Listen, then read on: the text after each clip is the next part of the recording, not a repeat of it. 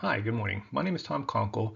I'm a cybersecurity engineer and a lead CCA within the CMMC ecosystem. And today I want to take a few minutes to talk about the timeline for CMMC. We continue to get a lot of questions from people that are confused on whether or not CMMC is here or when they expect it to be here. So we want to try to clarify that a little bit today.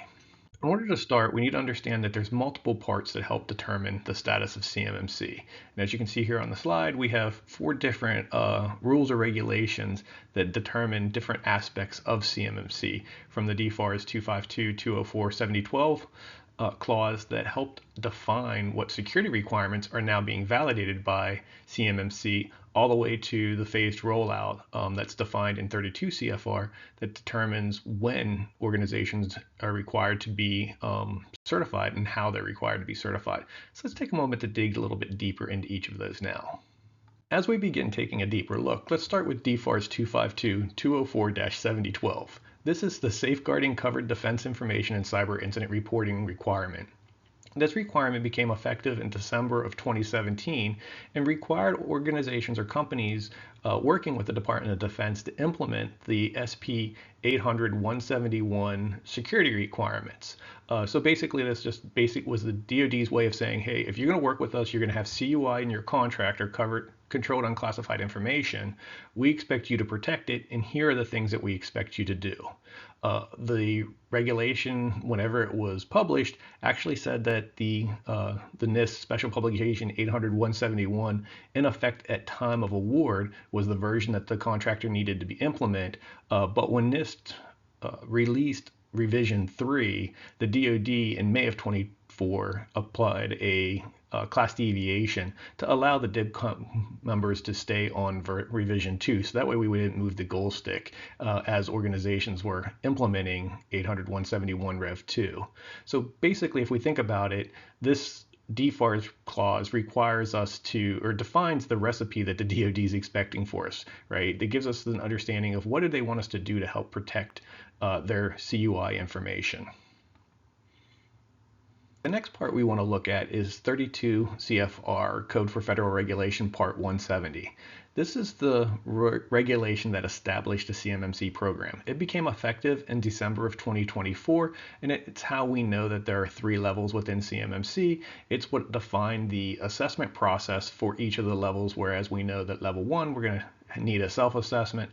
Level 2, we have the bifurcation where some organizations will do a self-assessment while others will need that third-party certification. And for level 3, we'll need the government DIBCAC to come in and do the assessment for us. So 32 CFR, again, is what defined the program, the verification process, and it's what allowed CMMC assessments to begin.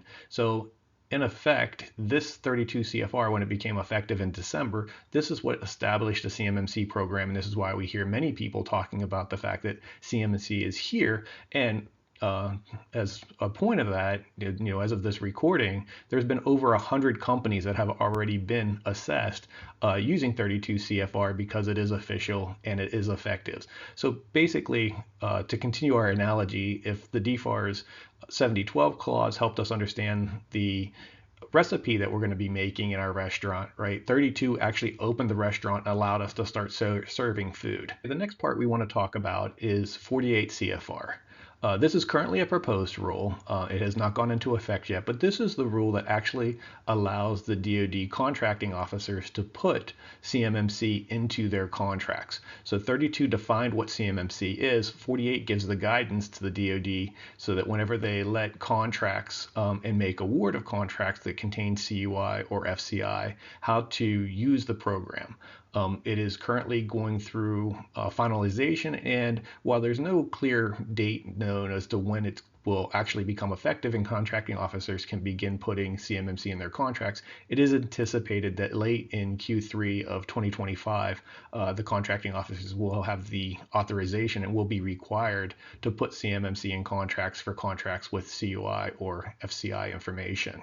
So basically, this rule will start to trigger the DoD to place orders in our restaurant to make them request the food now that we understand what we're cooking and we understand what the recipe is.